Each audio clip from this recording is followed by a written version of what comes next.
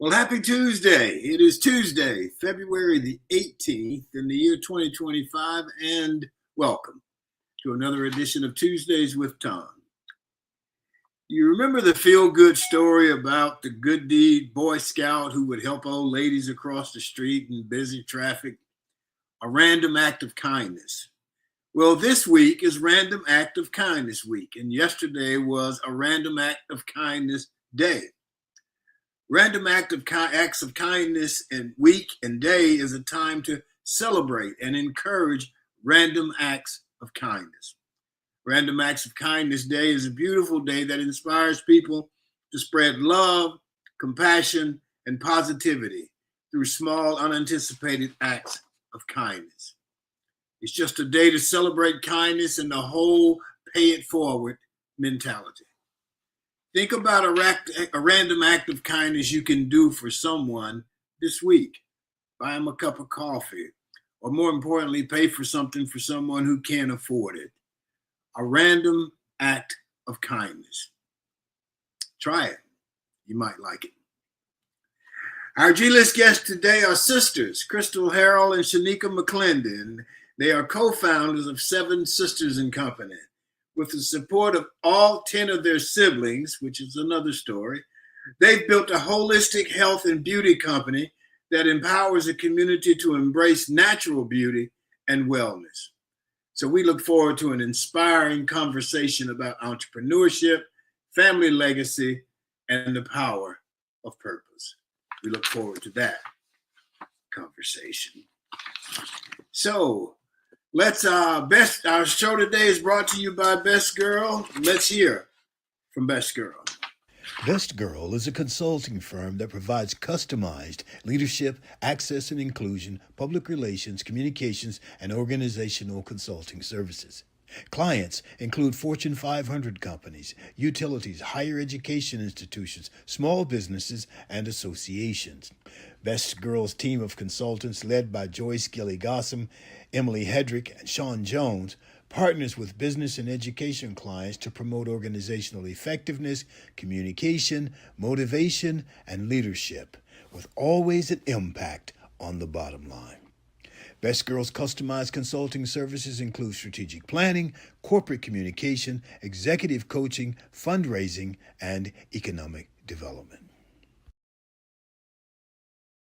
Best Girl continues to customize the solution that fits your needs. So let's get to our roundtable regulars, Barbara Wallace Edwards and Michael Walker. Good morning, Barbara Wallace Edwards. How are you this morning?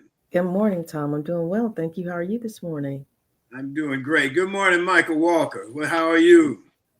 Good morning, TG. I'm doing well. Good morning, Barbara. I hope you're doing well too.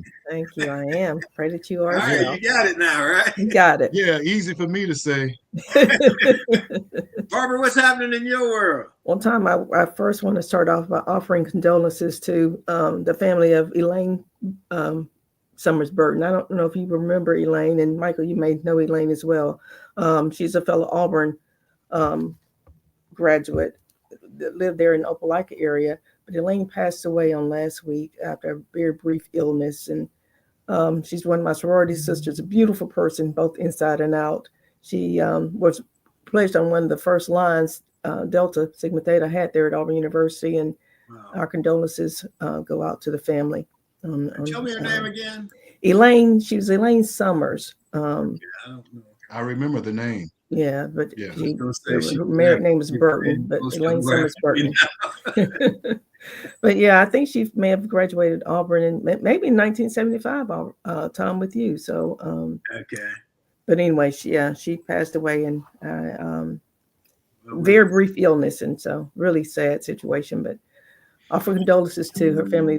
The funeral services will be held on Thursday in Opelika. We'll all say a prayer. Please do. For her family. Yes. Good deal. Yeah. And one other story I wanted to mention, Tom, is really odd. I've never heard of this situation before, but in Opelika, Florida, there's a situation where emergency personnel are under investigation because they came to check a woman there that lived in Florida who called because she was having severe stomach pain. And they came and started treating her, got another call for a fire that was down the street from her, told the family that they would be back to check on her. They left her, treating her, went to check on the fire situation, came back and tried to start treating her again. They said the whole time she was begging, why are they not, helping me? They ended up taking her to the hospital and she died two hours later. Wow. So they are definitely under severe investigation for that. I've never heard of a situation like that where they just up and leave one patient to go and try to help someone else that they don't even know what that possible situation is. So yeah, that the family is very, very upset, and rightly so. I don't think I've ever heard of that. They have left one of the emergency responders with her. You would think at least one of them could have stayed with her, but that was not the case. So yeah, truly sad. And this, she'd had a gastric bypass surgery, I think several months ago. And this is not the first time she'd had an emergency situation. Maybe they thought, well, she's not that severe, she'll be okay. But you just can't do that. You can't take a risk like that. Well, you shouldn't. Should not. Right. I don't think, but that's me. So. All right, Michael Walker, what you got? Well, over the weekend, basketball ramped up and we're getting ready for March Madness, and it's funny how around this time of year, the theme of March Madness, and I always just say, stop the madness. Well, I think that's applicable in other parts of society. New York Congresswoman Claudia Tenney has introduced a bill to make President Donald Trump's birthday a federal holiday. When is the madness going to stop? I say stop the madness, please. Come on. I saw that. She says she wants to call it the Trump's Birthday and Flag Day Holiday Establishment Act. And it would designate June 14th as a federal holiday commemorating both Trump's birthday and Flag Day. Has he commented? He hadn't commented, but I'm sure he's loving it. Yeah. He probably initiated it, Tom. But how can you do that when, did you hear what happened just over the weekend where with Trump going in and slashing and cutting everything, they fired everybody that was in charge of the nuclear power system for the U.S. Yes. And then they go back and try and fire them and get them back on the job. Yeah. Well, it's easy to make promises and it's very difficult to carry them out without any type of reasonable planning. Right. And we know he's not a planner. And he's not going to trust the people who do the planning to do it because they're not going to agree with him. Right. Yeah, we were talking about before the show started all the plane incidents that are happening lately, the crashes, and I don't know what's happening right now. I don't know if it's truly the fact that people who are knowledgeable are leaving or being fired or whatever, but it's a scary situation. We don't know from day to day if we're safe anymore. And it's all because of the people that are in power now and how they're moving and making changes. And I don't know. I've never seen our country in this state before. And I pray we can get it back on track. Well, I probably look at it differently. I don't pay him any attention. He's a clown. Right. And I just go about my business every day. Oh, so do I. I mean, why am I going to worry about him doing some dumb shit? Excuse me, but that's what it is. Right. In Washington, right. I know, my son knows, his son knows, who's only like 16, that you can't walk in and fire everybody and not have some plan for succession. Right. That's just what is it? BCS, right? Before common sense. Right. So that's why I mean, hey, hopefully he'll be gone in 3 years. So that's all I can say. I'm not, he ain't gonna worry me.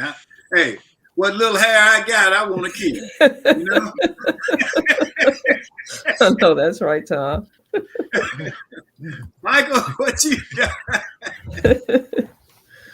Oh, you know, it's interesting how the reputation of certain states, gets a reputation and precedes them. And whenever the name comes up, that's what you think, such as Mississippi, right? Yeah. Mhm.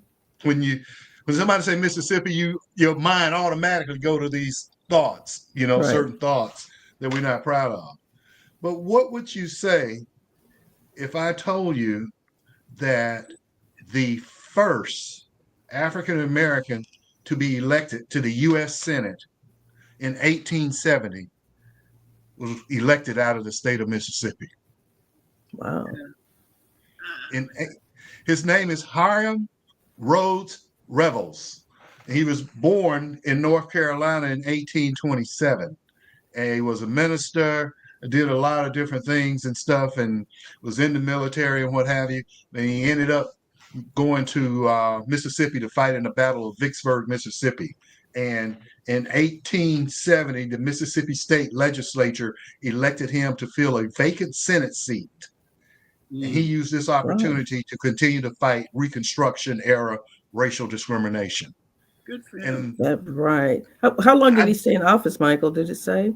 it did not say. I guess it was maybe one term or something like that. Okay. But it was that's to be elected U.S. Senate from the state of Mississippi That's in huge. 1870. Well, since we're talking about U.S. senators, let's talk about the U.S. senator from Alabama, Tommy Tuberville, who doesn't live in Alabama, but he's a senator from Alabama. Now, you figure that one out. Yeah.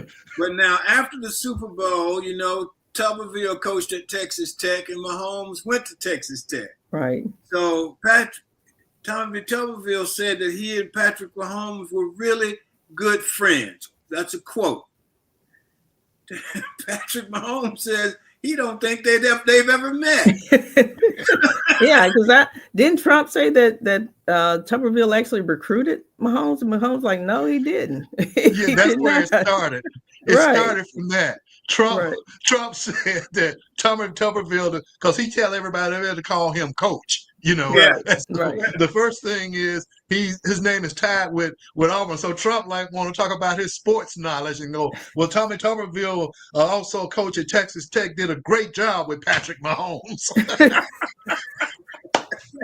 They never even met. I was like, what? I never met the man. Oh, Tom, it's crazy. Like, you're before common sense because they don't have any. I mean, how do you make those kind of statements and know that they're not true?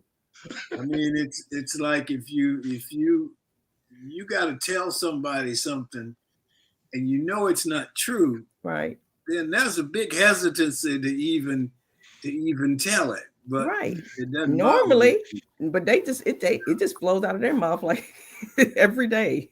Yeah. And back to Michael's thing about the certain states, it is. I mean, and maybe it's not fair to them. Right. But I remember the first time I had to go to Mississippi for some business, and I was driving through there, and I was nervous. And it was like nobody's going. But you have that reputation because you allow your leadership to go out there and say stupid stuff and do dumb things, and then you vote for them again at what do you call it? On the election night, they can call your election in 10 minutes after the polls close. Oh yeah, we know who they're gonna vote for. Right. Okay, Michael, what else you got? Well, this right here I found to be kind of interesting here.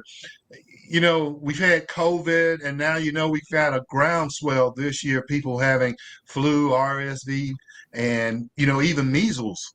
They're making a comeback. And I was just checking things out, and this is something that I found out. I didn't know that back in 1721, a smallpox epidemic struck the city of Boston.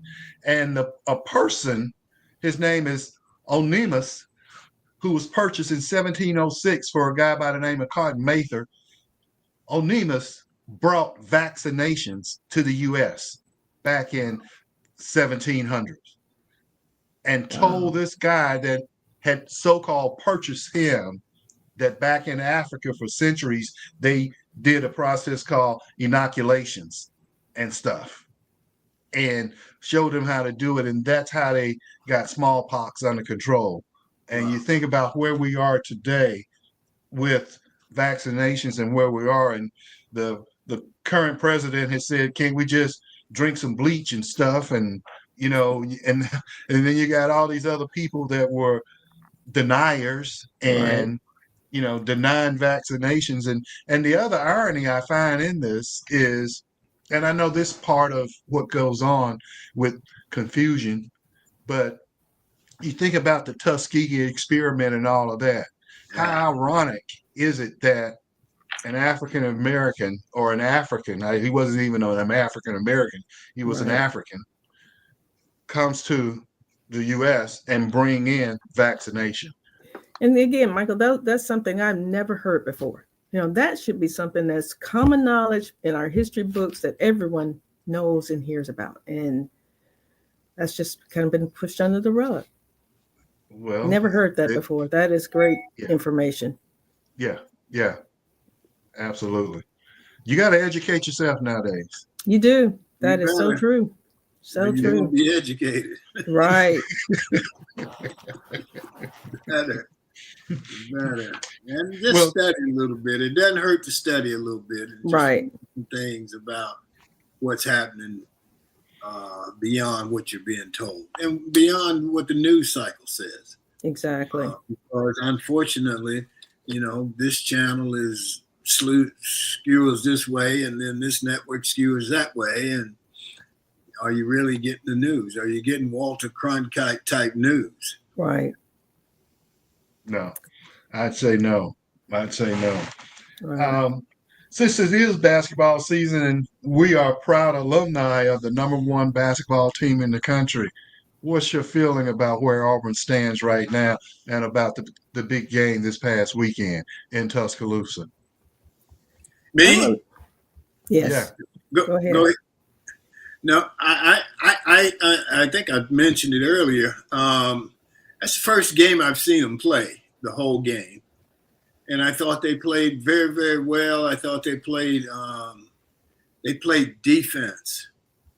And that one kid, I guess there's one kid on Alabama that transferred from Auburn or whatever. Yeah, Aiden Holloway. They had a guy on him. Oh, yes. That could check. But, back in the day, they called it checking. Right. He could check. I mean, he had that guy locked down. Yes. And I, as I mentioned earlier, I thought they played great defense. And in the past, they would take ill-advised shots, and I didn't think they took a lot of ill-advised shots. I thought they really, really looked solid as a team. Yeah. I'm really happy for the players at Auburn. They have a really strong knit connection there, kind of a family connection, and they're playing like it. They're playing like a team. We've had some instances in the past where there were some individuals that wanted to be stars and they kind of hogged the ball and then spread it around like they should. But the team now, I think, is really gelling, playing like a team. They got a strong bench. I mean, we lost, two of the starters filed out and had players come off the bench, and I don't think they missed a beat. So this team is very deep, very strong. I think they can go far. I agree with everything that you say. There is another player on Auburn's team right now. He's in Bruce Pearl's doghouse. Yeah. His name is, I think it's, and correct me if I'm wrong, is it JK or Jockey? Jaka. Jaka? Okay. Yes. That guy can play. He's talented, uber talented. He's just immature and keep doing things. I'd like to see Bruce kind of get him ready because he could help us in the tournament run. Right. What year is he in school? Freshman. He's a freshman. Yeah. He's a freshman, and he's like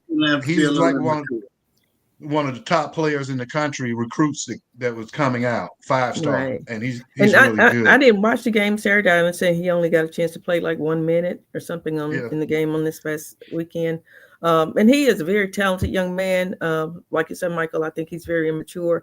I don't know if you all remember the the incident where there was a fight on the plane. I think the first boy game they were going to or something, and he was involved in that. And then he's gotten into a situation where he got into an altercation, or at least a heated discussion with one of the coaches during the game. I think because they pulled him out of the game or something. So he was benched after that, and he's gotten limited play time after. But yeah, the few times he's been in the game, he's made an impact. He's super talented. He's a highlight waiting to happen, Yes. And he's one of those disruptors and what have you. Right. But I have to say this is kind of funny. When Auburn came, and I don't know if you guys heard this, when they got into the Coliseum and all the Alabama students and fans got up and started saying, "Hey, little brother, hey, little brother," No, I didn't hear that. Yeah, wow. Calling Auburn, "Hey, little brother," and stuff. And then after the game, and back a couple of years, they had this thing where they call the Alabama Crane, after they won. The Crimson Crane. So after the game was over last Saturday, the Auburn players got in front of the Alabama student section and started doing the crane like that. And then the Auburn PR department took that film of the Alabama cheering section going, "Hey, little brother," made a new video out of it with them doing that, and then flipped to this guy. It's kind of like, I can't remember the name of it, but it says, "What's my name?" What's my name? And so the Alabama guy with the stuff on had to say, "Big brother." Wow, I hadn't seen that one. That's great. Yeah, it's pretty funny. Yeah, I didn't watch the game, but I understand they were throwing items from the stands onto the court, and Nate Oates had to come on the PA and ask them to stop doing it because I think Alabama got called for a technical foul, and I think it was pretty heated there Saturday. I know the ticket prices were high, but I think there were quite a few Auburn fans in the house, and so it sounds like that was a game to try to go to because it was definitely a good one. Yeah, it was. I don't know. The games, I think just in the nosebleed section, a single ticket was like $300 and something for just one ticket to sit up there. But yeah, they were throwing stuff on the floor and stuff because Alabama want to get all the calls and stuff. So when the refs started calling some that went Auburn's direction, then they were mad about that. And after Auburn makes a free throw, they do clap and say AU if they actually make a free throw, and Alabama fans were responding sucks after they said that. I mean, I think it was like it was probably an entertaining game to attend too because there was a lot happening. But you didn't see the game. I didn't. I saw some highlights. I was in Atlanta over the weekend celebrating my birthday with some family. With you. I finally saw a quote from Nick Saban about Jalen Hurts. Oh, really? I hadn't seen him. I hadn't seen him say anything since the Super Bowl or whatever. Mm-hmm. But he did. He pointed out what a great guy Jalen is. He pointed out that Jalen is a lot more than a football player. Yeah. That he's a great human being, and that they had all these contributions Jalen had made when he got his first check. What he did with the money. Who he helped, and so on and so forth. And I thought that was good because I always wondered how Nick Saban felt about it. And I always wondered how Jalen felt about Nick Saban since he benched him that time. Right. But I thought it was a great compliment to Jalen. Yeah. That was certainly good to see. And it was so much that he benched him. It's just the following year when Georgia had Tua figured out, Jalen Hurts came in and won the game for him. Right. And then they go to the national championship, and instead of sticking with Jalen since he just won the SEC championship and got you to the national, he went back to Tua. And when Tua was screwing up, he wouldn't pull Tua and put Jalen back in. That was the slap in the face right there. Right. Yeah. But I think the best thing Jalen did was to go to Oklahoma. Yes. And go to another school and start over, and then he ended up, and he got drafted, and they made a big deal out of him being in the second round. Right. As opposed to being a first rounder. And The kid's just not a kid, but the young man is he's sharp, and I wish him well. I hope he continues to do well. Absolutely. He does. Yeah. It's good to see one of the good guys win. Not so much Yeah, it that is. the rest It of them is. weren't, but the fact of things that he had to go through and the Right. poise and the class and the way he responded, it's good to see that. Yeah. Absolutely. I think he loves having Saquon Barkley. I saw where Dylan and right? Saquon Barkley bought the offensive line golf carts. I think after the Super Bowl or something, but they It take was care beer of it. trucks. It was truckloads of beer. Oh, okay. But like, Yeah. All the offensive linemen, he bought them truckloads of beer. He went in and got a partnership with Budweiser and stuff. And there was something Okay. about some player said he could drink a truckload of beer or something like that. But Saquon Barkley bought all the offensive linemen truckloads of beer. And they had a picture of all these trucks out there filled with Wow. beer for each offensive lineman. yeah, that's great. That is We're great. having a good time. Yes. Yeah, absolutely. Okay. Anything else? Okay. Well, let's move on. Let's go to Sean. She's got a minute for us. Good morning to everyone joining in with us. My name is Shantia Jones, and this has Got a Minute. There's one more full week remaining left in February, and I am so sad to see it go. The weather is warming up, and from me to you, I am not a fan. Anywho, the show must go on.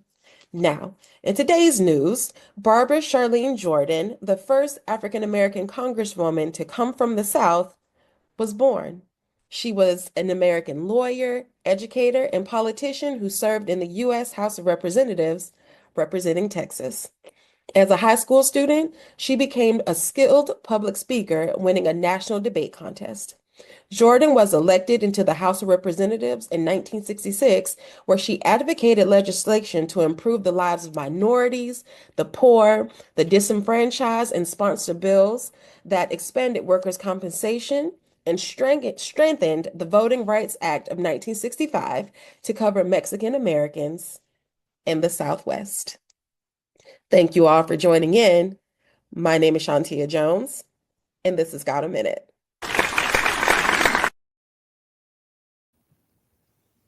Yeah, Barbara Jordan was great, man. She was an awesome woman. I was trying to think of the woman that ran for president before her. Shirley Chisholm. Shirley Chisholm. Yeah, Shirley Chisholm. Unbought and unbossed. Yes. Yeah. She was great. Okay, well, let's go. Let's see. Hollywood's got the A-list. A bunch of them out the other night on the Saturday night special for Saturday Night Live. I don't know if you guys saw any of that. It was pretty good.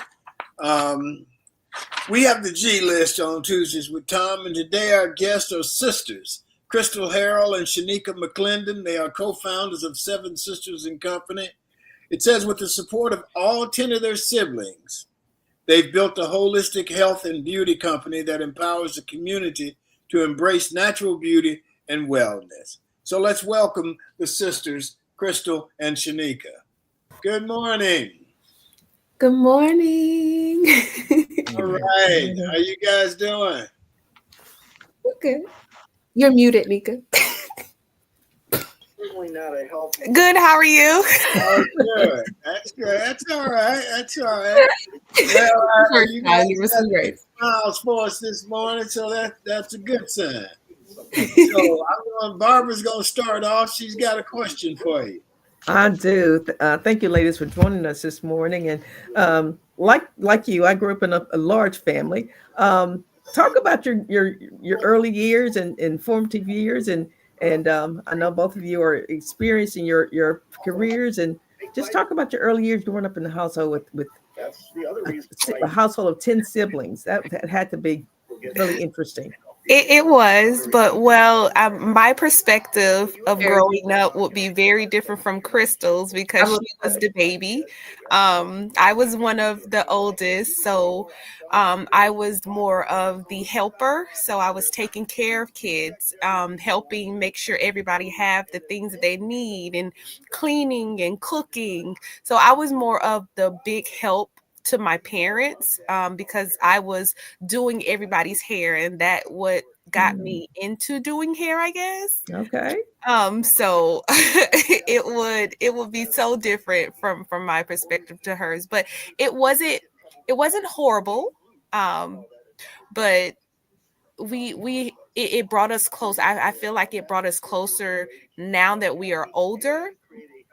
Our dad taught us mostly, we only have our sisters, we only have your siblings, so you should love each other, respect each other. I mean, there is some struggle with the few of us, but for the most part, it was amazing. It was amazing. It was always fun and laughter. I can tell you that because we are all silly. Yeah, we're all laughing. So it wasn't horrible. And so you're licensed cosmetologist and stylist. So you feel like because you had the responsibility of doing the hair of your siblings, that sort of led you to your career. Yes, ma'am. Okay. It did because I was on Sunday. We'll have one sister wash everybody's hair, and then I'm sitting them down and braiding hair, and then so I learned very early, and it kind of launched me into. I guess my what I do now. Right. Tell us about the business. Okay, so I just started back working. I took a break to be a mom for about 9 years, but I just started back getting into styling. I work at a business called Gibson Cuts in Beaufort, Georgia. And I've been working there for about 4 months now, and it's been going pretty good. The business is steady. It's slow because I just started working, but it's to come. The future is only sky limit, so I'm ready. Okay, Crystal, you got a comment? I mean, what she said about laughing and playing and like just the whole dynamic of growing up is true. We did have a lot of fun. So I think we talked about this backstage. Like we thought how we grew up was normal until we got older and found out that it was actually not normal. And it was like 10 of us in a 4-bedroom, public housing apartment at one point. So, I mean, we were very close. I don't think I've had my own room until I was like 19. Until I got to college and got my own place. But I feel like Shanika said, like it was a lot of love. Because I was the baby, I was the one being cared for. I'm one of the babies, so we have like an older side and younger, older set and a younger set. So Nika's the older set, I was the younger set, so I was the one that was getting, hair washed and braided and food cooked for you because we couldn't necessarily do it for ourselves. So Nika was always like that figure for me when it came to like that mother figure. And I feel like I still rely on her for a lot of the same things today. Like she's been like a huge support as we started Seven Sisters because she does have her own company outside of Seven Sisters. And when I called her last summer after walking away from my corporate job, and it was just like, let's just start the company, because we talked about it for a year or two. Like we've been talking about it, and I'm just one of those people where I'm like, I don't really talk long about things that I want to do. I just kind of at some point just do it. And so when I called her, she was like, okay, let's do it. And she didn't really, think about the, what was going to come with it. She just was just like, okay, let's do it. And so I liked it. Michael? Well, good morning. Thank you both for being here with us. Tell us a little bit about exactly what Seven Sister is, what it does, and then in particular, your 7 pillars of Seven Sisters. How did that come about? Well, I can give you the cosmetology part of it. Crystal can give you kind of like the technical part of it because I'm more so of the hands-on and the formulating part.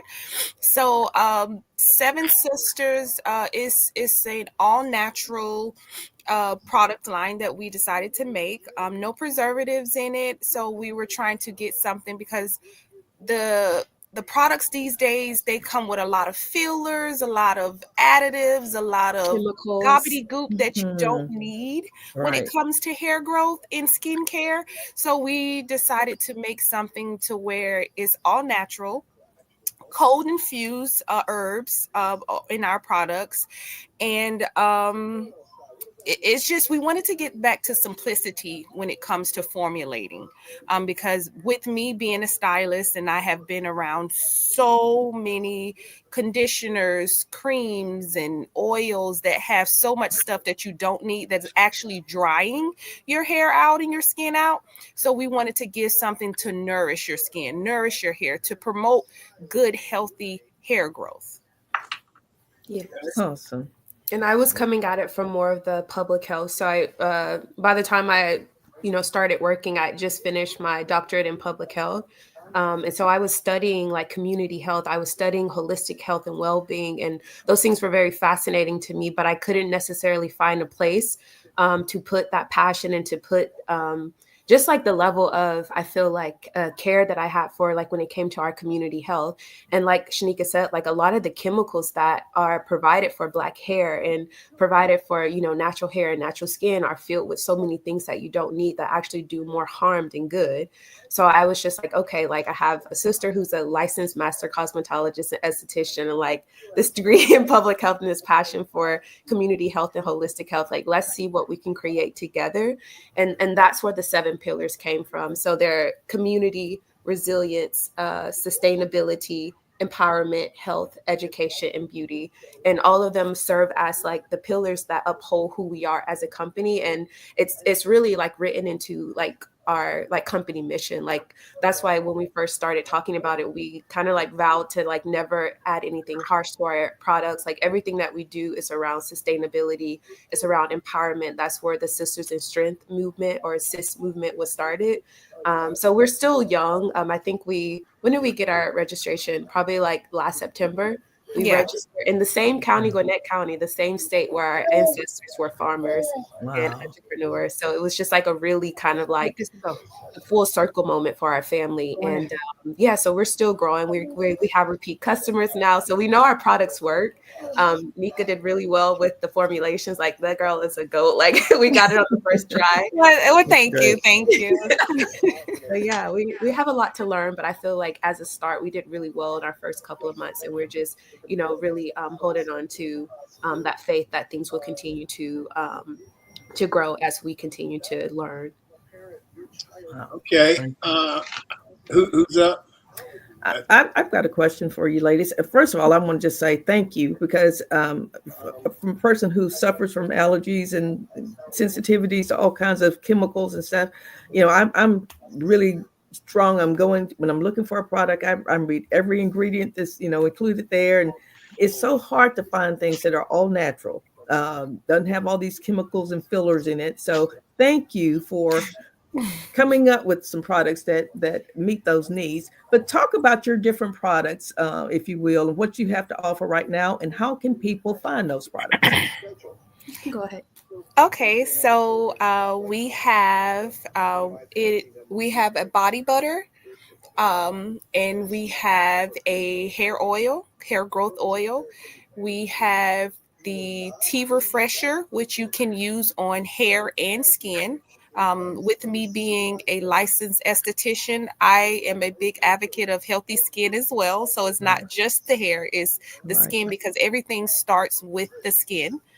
So we have the tea refresher. Then we we're introducing. Yeah, that's it for right now. That's it for right now, because we just started in September. But to kind of sum up our collection, we are working on a shampoo and a conditioner. So once we get those formulated and ready to go, that'll be it. So it's very simple. Nothing crazy to people have to read and bumble over things. It's very straight to the point. So we wanted to make something that's easy for people to follow. Yeah, because all of our products are just herbs. So like for our body butter, she mentioned it's shea butter, lavender, cloves. I think we use a little bit of fenugreek, and like you can read everything on the back. Like we don't have anything too crazy in there when it comes to herbs, but all of our herbs serve a purpose. So for example, like some of our herbs serve as DHT blockers, and DHT is the chemical that is produced that causes excessive like shedding, or it can. And that was my problem, because my hair was shedding so bad. I would like comb my hair and have like a chunk of hair in my hand. And so before I panicked, I was like, there has to be there has to be a natural remedy for that. And that's when I started learning about the power of herbs. And honestly, it's been the best thing to grow our hair back. And I think, Nika, you had a similar experience.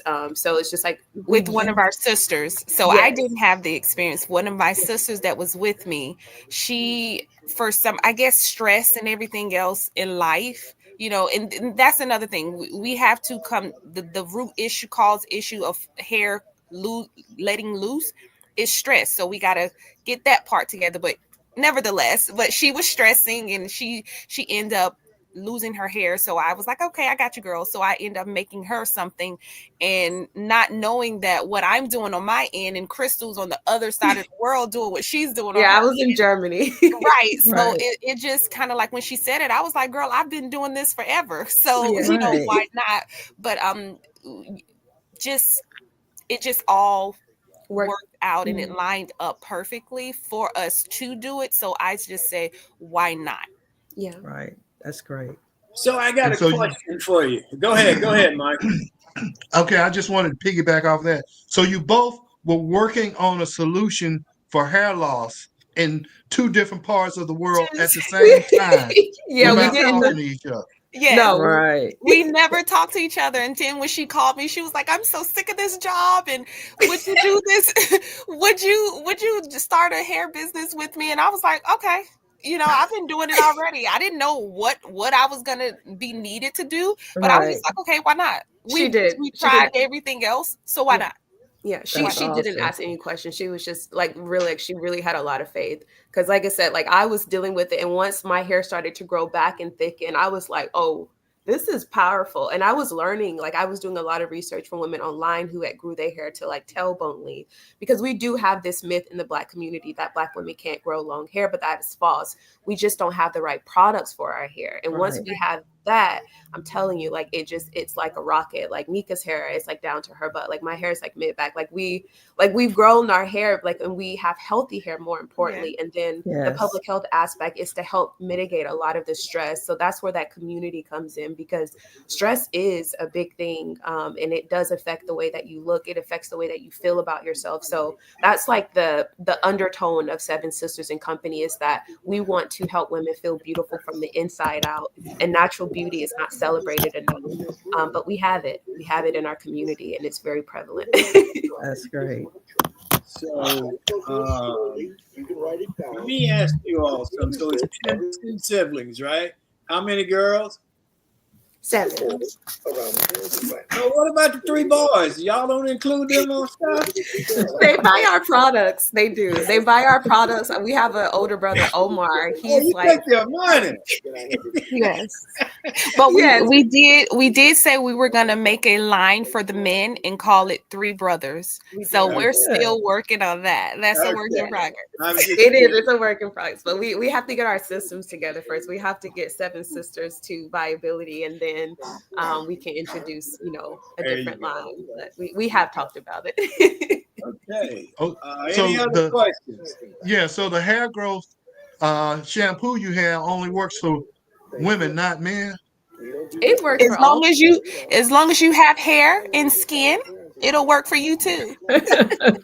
Well, I was just checking because you said we got to get our hair products for the women. We'll do something called 3 brothers later. So I said, well, maybe what they're working on for women will not work for men. It'll just basically be smell. So it'll smell masculine, or it'll smell softer for the women. Right, because our products don't change. Like men right now buy our products for their beard, like our hair growth oil they use on their beard. Our body butter, the Midlight Luxe, that's the one that men really like. So we just want to dedicate something totally to men, like she said. But men still buy our products and they love it.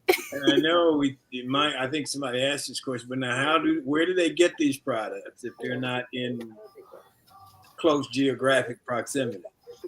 Yeah, we ship all over the United States. If you go to sevensistersandco.com, you'll be able to see all our products. You'll be able to read more about our company mission.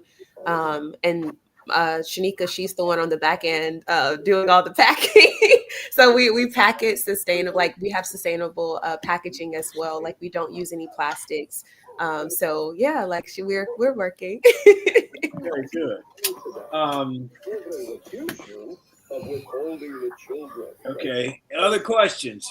Comments? I've got a question for you, ladies. Are you the first entrepreneurs in your family? Or do you have other siblings or your parents or anyone else in the family who actually struck out on their own and decided to become business owners? We're the first. Okay.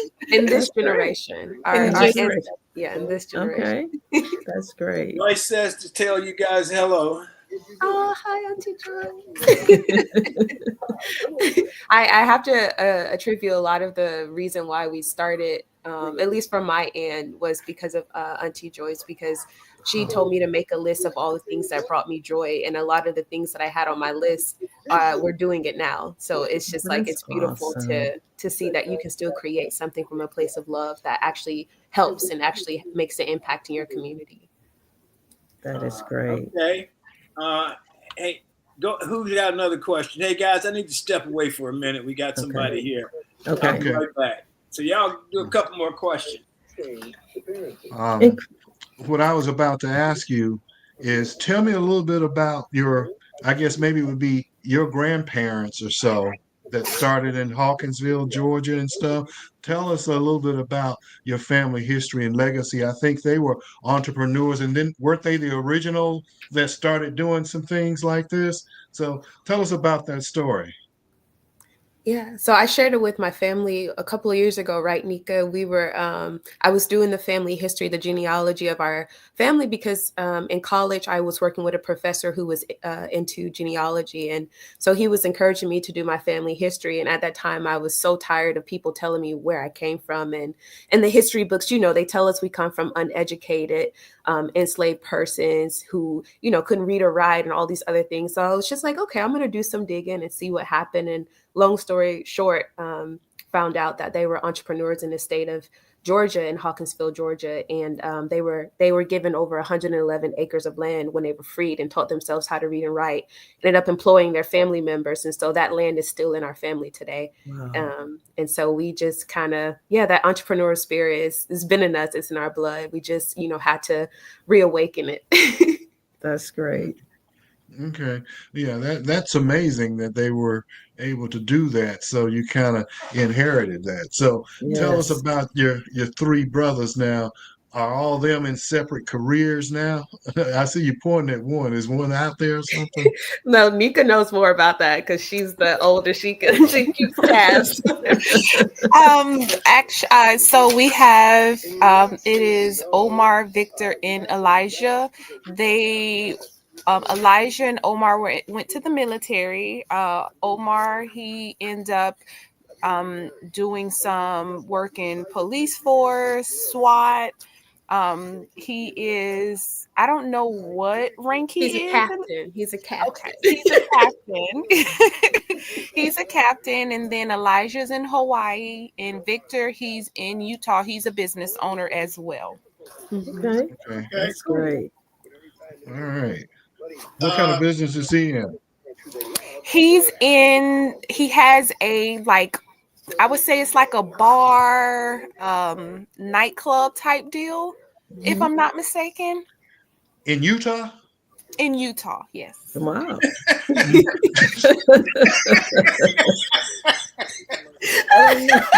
was a strange reaction, Michael.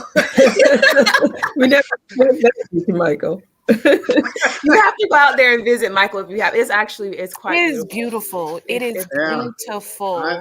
I've worked in Salt Lake. It was beautiful. That's where he is. That's where he is. Really? Mountains, it is so beautiful. Yeah, Utah is a beautiful country. I played golf there. It's absolutely gorgeous, but it's also Mormon country, so that's why I said it is.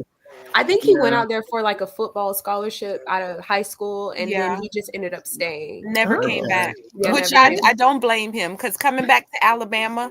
Oh, it was hard coming back to start this company. I was like, can I do this, Lord? So you ladies grew up in Alabama? Yes, ma'am. Okay. And some, this older one, some in Miami. Yeah. Okay. Awesome. Yeah, I enjoyed Utah. Well, Salt Lake. It was cool. It was beautiful. It was right after the Winter Olympics. It was beautiful. I bet. Okay, anybody got anything else? I was going to ask Crystal or Shanika, is there anything else you would like to share with us about your company and your future plans? I think the future plans is just trying to, not trying, but just making sure that our company, what we have so far is built on a solid foundation, and making sure that our customers are taken care of at every level. And then once we start to grow, once we get that, shampoo and conditioner, really start looking into like international markets, because when I was living overseas in Asia, we found out that there's no Black hair care products like at all, zero. Right. Like if you want to get anything for your hair, you have to make it. And that's what I was doing, was making my own products when I was living in Thailand and Bali.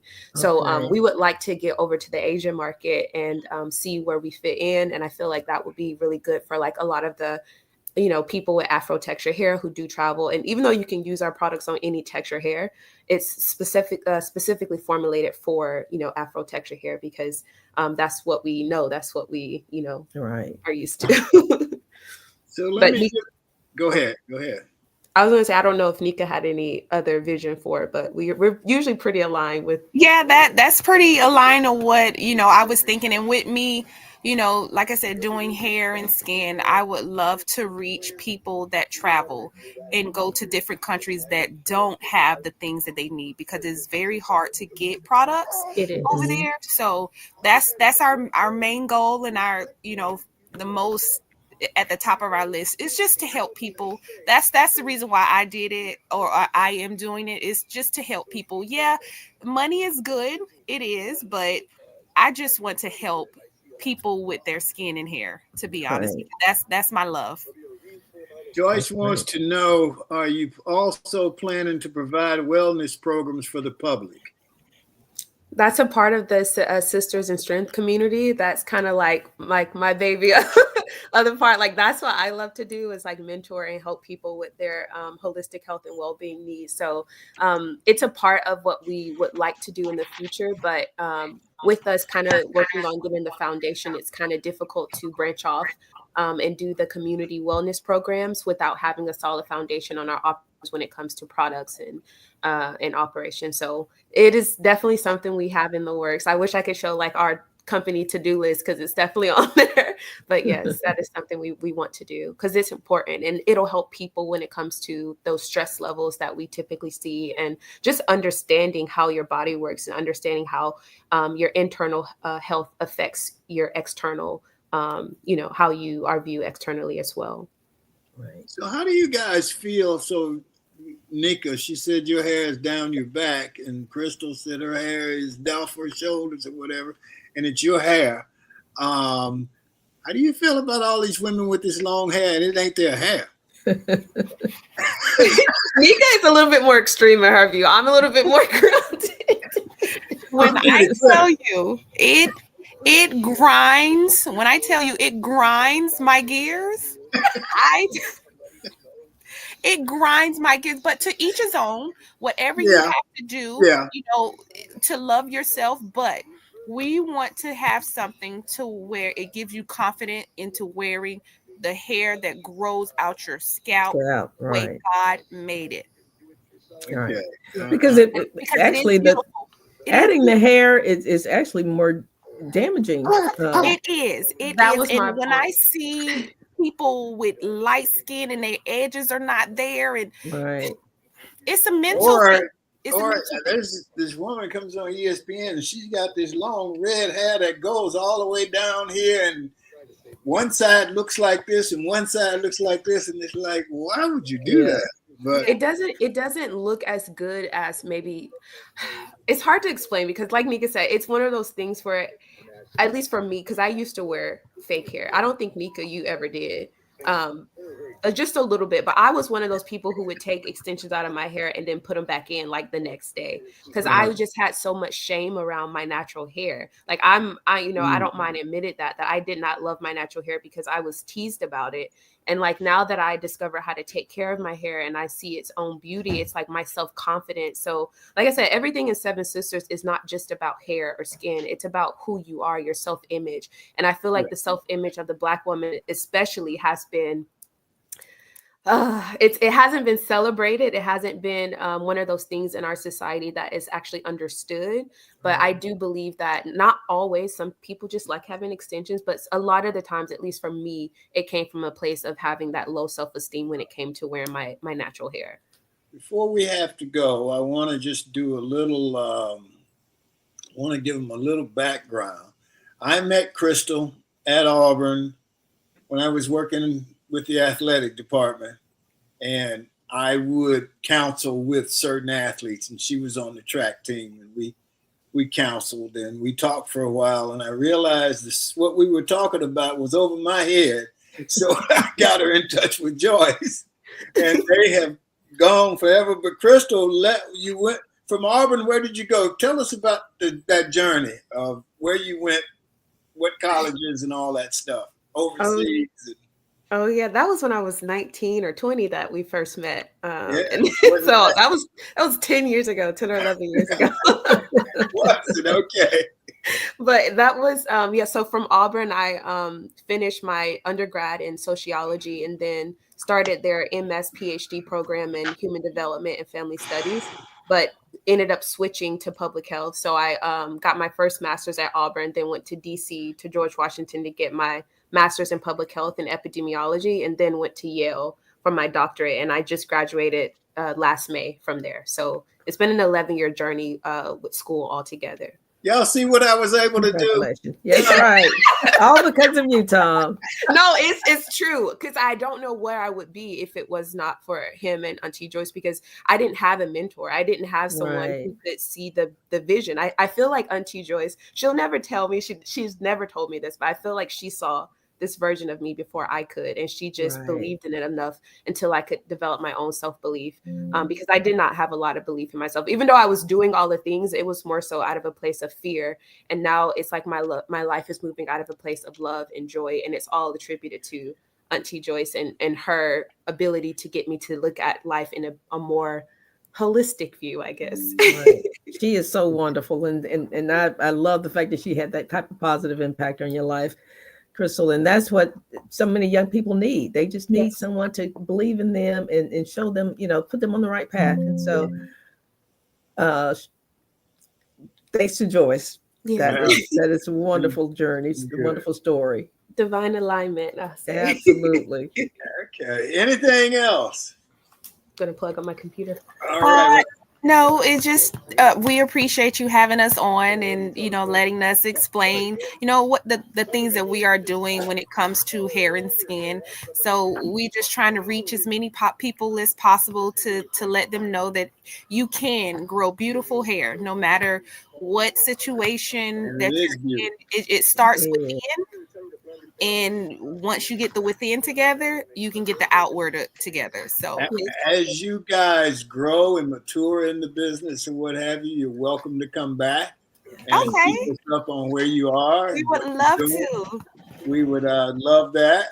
And we appreciate you guys being with us this morning. Thank you very much. Thank you. Thank you. All right. Okay.